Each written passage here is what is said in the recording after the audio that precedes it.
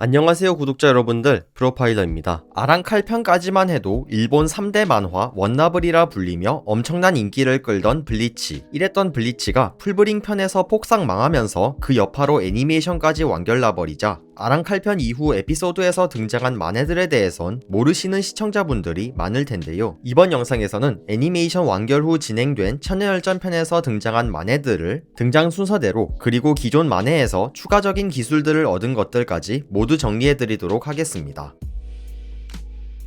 천년혈전 편에서 가장 첫 번째로 등장한 만해, 바로 1번대 부대장 사사키베 초지로의 황황엄령이궁입니다. 사사키베 자체가 인기 캐릭터가 아니어서 잘 알려지지 않았지만 황황엄령이궁은 생각보다 특이점이 많은 만해 중 하나인데요. 우선 블리치 세계관에 존재하는 유일한 뇌전계 참백도의 만해이고, 또한 주인인 사사키베가 전투 중 만해를 빼앗기고 전사한 탓에 첫 등장을 주인의 손이 아닌 그의 만해를 뺏은 퀸시에 의해 하게 되는 비운의 만해입니다. 보유한 능력은 벼락, 번개의 힘을 가진 뇌전계로 기상을 지배하여 먹구름을 끌어모은 뒤 강한 위력의 벼락 덩어리로 적을 공격하는 것입니다. 여담으로 사사키베는 이 황황엄령이궁으로 과거 야마모토 총대장에게 지워지지 않는 상처를 입힌 적이 있는데요. 때문에 황황엄령이궁은 딴 건 몰라도 공격력 하나만큼은 엄청난 만해라고 볼 수 있겠습니다.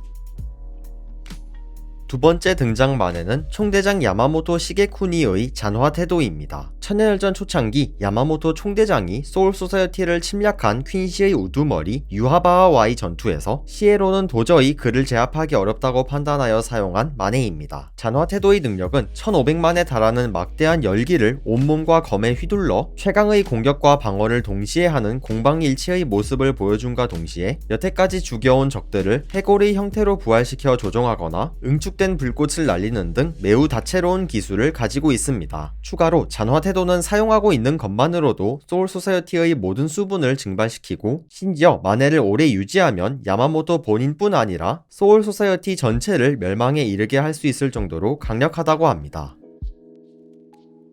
세 번째는 4번대 대장 우노하나 레츠의 개진입니다. 1차 퀸시의 침입이 끝나고 우노하나가 자라키 켄파치를 수련시키면서 사용한 만해입니다. 해방 시 칼날로부터 피와 유사한 붉은 액체가 흘러내리며 주변이 이 액체로 고이게 됩니다. 개진에 대한 자세한 능력은 밝혀지지 않았으나 밀리고 있던 전투에서 만해를 해방하자 갑자기 대등한 전투가 가능해졌다는 점, 우노하나가 텐지로에게 회복용 기도를 배우기 전부터 전투 중 베인 상처를 전부 회복시켜서 아무리 베어도 쓰러지지 않았다라고 평가된 점을 고려하면 개진의 능력은 시전자의 상처 치료와 신체 능력의 파워업을 해주는 것으로 추정됩니다. 추가로 만해 융합 버전으로 나온 사진에서 우노하나의 검이 개진을 사용했을 때처럼 피로 범벅이 돼 있는 것을 알 수 있는데요. 여러 가지를 전부 종합해봤을 때 개진의 능력은 검에서 흘러나온 피와 강력한 연관이 있는 것은 확실해 보입니다. 여담으로 개진이라는 한자에는 모든 것이 다한다는 무시무시한 의미를 지니고 있습니다. 네 번째는 3번대 대장 오토리바시 로주로의 금사라 무덥단입니다. 해방 시 금사라의 끈으로 이루어진 무도단들과 거대한 손이 나타나는데요. 보유한 능력은 청각을 이용한 최면 공격계로, 시전자는 이 거대한 손과 지휘봉으로 무도단들을 지휘하여 적에게 다양한 최면을 거는 음악을 들려주는 식으로 공격하는 것입니다. 추가로 거대한 손은 시전자의 지휘에 대응하여 움직이는 것으로 보입니다. 작중에서 등장한 음악은 물과 불에 대한 최면 공격뿐이었지만 이 기술들을 선보인 직후 로주로가 다른 음악을 연주하려고 한 것을 보면 정황상 다른 최면 공격을 할 수 있는 음악들도 몇 가지 있는 것으로 보입니다. 여담으로 청각을 이용한 최면계답게 능력 자체는 꽤 좋은 편에 속하지만, 반대로 상대하는 적이 청각을 포기하는 상황이 발생하면 완전히 무력화되는 치명적인 단점이 존재합니다.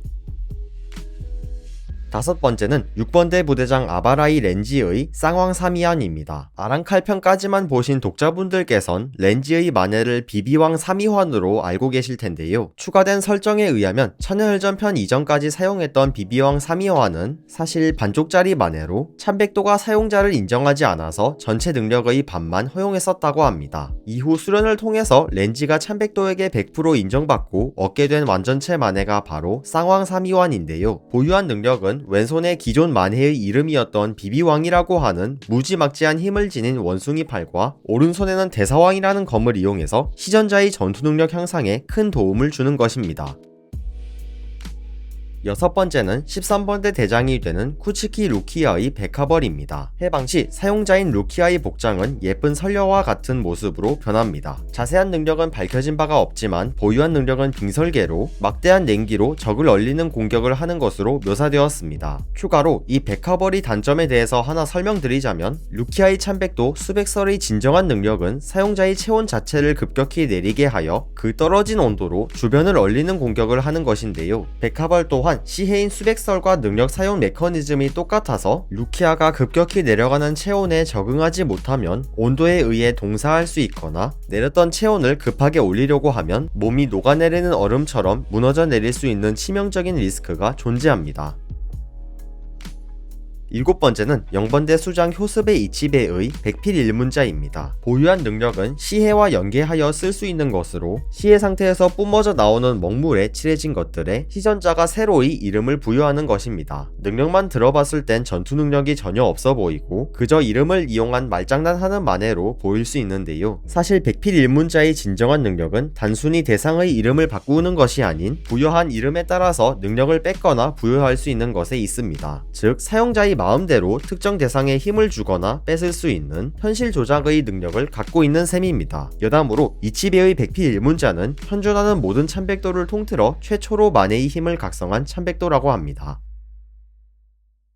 여덟 번째는 세총대장 쿄라쿠의 화천광골 고송심중입니다. 보유한 능력은 동반 자살하는 남녀의 이야기를 현실화하는 것으로 이야기의 순서대로 총 4단계에 거쳐서 상대를 서서히 죽음으로 몰고 갑니다. 첫 번째 단은 상처 공유. 시전자인 쿄라쿠와 적은 서로 입은 상처를 그대로 공유합니다. 두 번째 단은 상처를 공유한 상대에게 온몸에 검은 반점이 생기는 불치병에 걸리게 하여 치명상을 입힙니다. 세 번째 단에선 시전자와 적은 서로의 영합이 소진될 때까지 물속에 가라앉게 됩니다. 그리고 마지막 단은 앞선 단계에서 중상을 입은 적의 목을 베어 마무리하는 기술입니다. 상당히 까다로운 중간 과정이 필요하지만 휘말린 적을 반드시 사살할 수 있는 강력한 만해로 볼 수 있습니다. 추가로 강력한 능력과는 별개로 화천광골 고송심중은 광역 범위 기술이라 범위 내에 있는 모든 이들을 휘말리게 할 수 있는데요. 이 말은 즉 만일 쿄라쿠가 주변에 아군이 있는 상태에서 만해를 사용한다면 상대하고 있는 적뿐만 아니라 주변의 다른 사신 동료들까지 피아를 가리지 않고 모두 목없는 귀신으로 만들어 버릴 수 있는 위험천만한 만해입니다.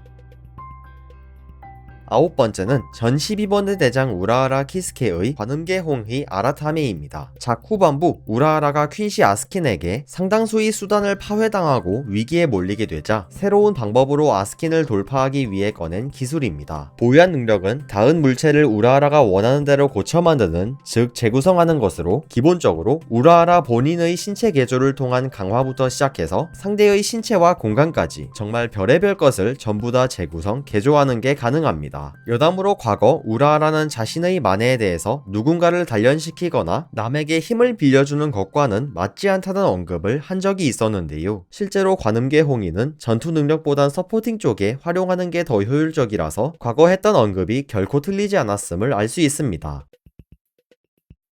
마지막으로 11번대 대장 자라키 켄파치의 만해입니다. 블리치에서 가장 마지막으로 등장한 만해로 켄파치가 제라드와의 전투 중 야치로의 도움으로 얼떨결에 습득하여 사용하게 된 것입니다. 자세한 능력과 이름에 대해선 밝혀지지 않았으나 작중 보여준 모습으로는 켄파치 자신과 참백도에 변화를 주는데요. 약간의 신체적 변화가 생기며 참백도는 부러진 모양으로 변합니다. 보여준 능력은 신체 파워가 대폭 증가하는 것으로 바로 직전까지 자신을 완벽하게 압도하던 적을 만해를 해방하자 말 그대로 그냥 찢어버릴 수 있는 경지까지 이르게 됩니다. 여담으로 이 만해는 보유한 힘이 생각보다 강력한지 블리치 세계관에서도 손에 꼽히는 고강한 육체를 가진 켄파치조차도 만해의 힘을 제어하지 못하여 검을 휘두르던 팔이 터져버렸을 정도인데요. 앞서 설명한 야마모토 총대장의 잔화 태도처럼 켄파치의 만해 또한 만해가 가진 너무나 강력한 힘으로 인해 오히려 사용자가 해를 입는 케이스입니다.